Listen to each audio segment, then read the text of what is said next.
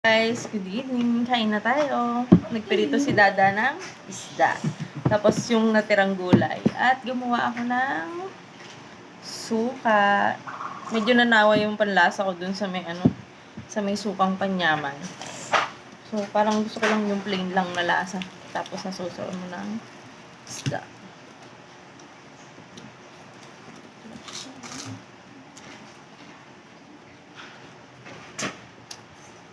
Ang mga naghahanap pala ako, nasaan na yung asawa ko? New house, new husband. Siyempre si Dada pa rin. Nasa work lang po siya. Medyo matagal lang yung naging biyahe niya. So, ngayon, nakababa na si Dada. Usap ka naman, Da. Hindi kami magkasa. Sarap.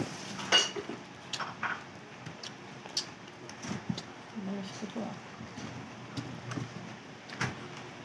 Oo, wala. Puno ko. Madalang kasi kami mag-ulam ng isda.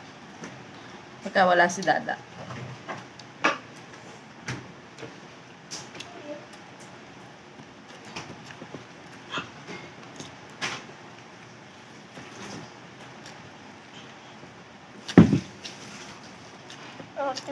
Siyempre ba ba?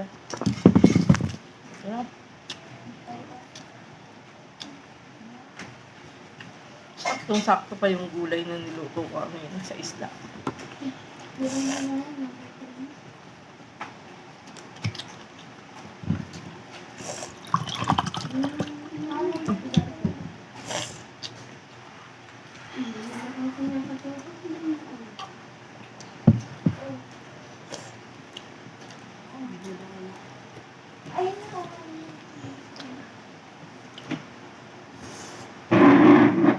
Sige.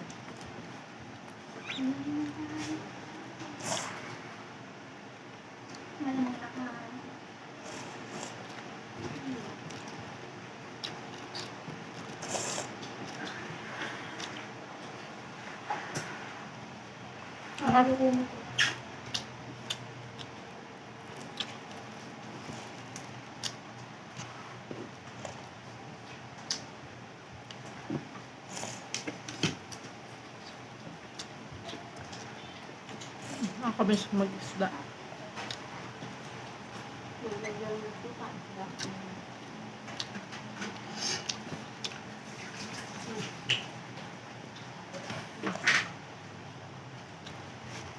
Sarap.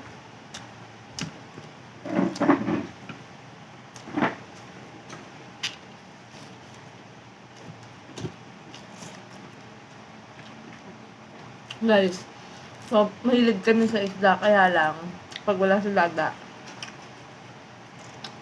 hindi talaga ako masyadong maluto ng isda. Hindi ko alam kung kaartehan lang yung sa akin, pero basta kasi nahawakan ko na yung isda. Parang feeling ko ayaw nang mawala sa sa kamay ko.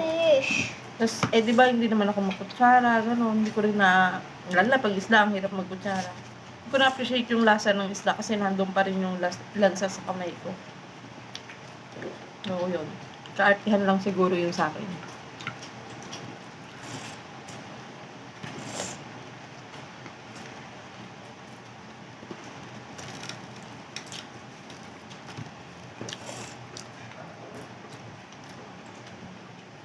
Sarap.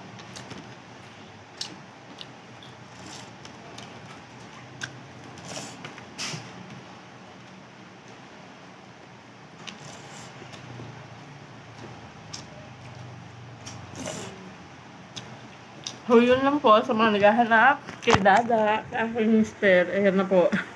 New house lang po, pero hindi new mister. Kain na din po kayo.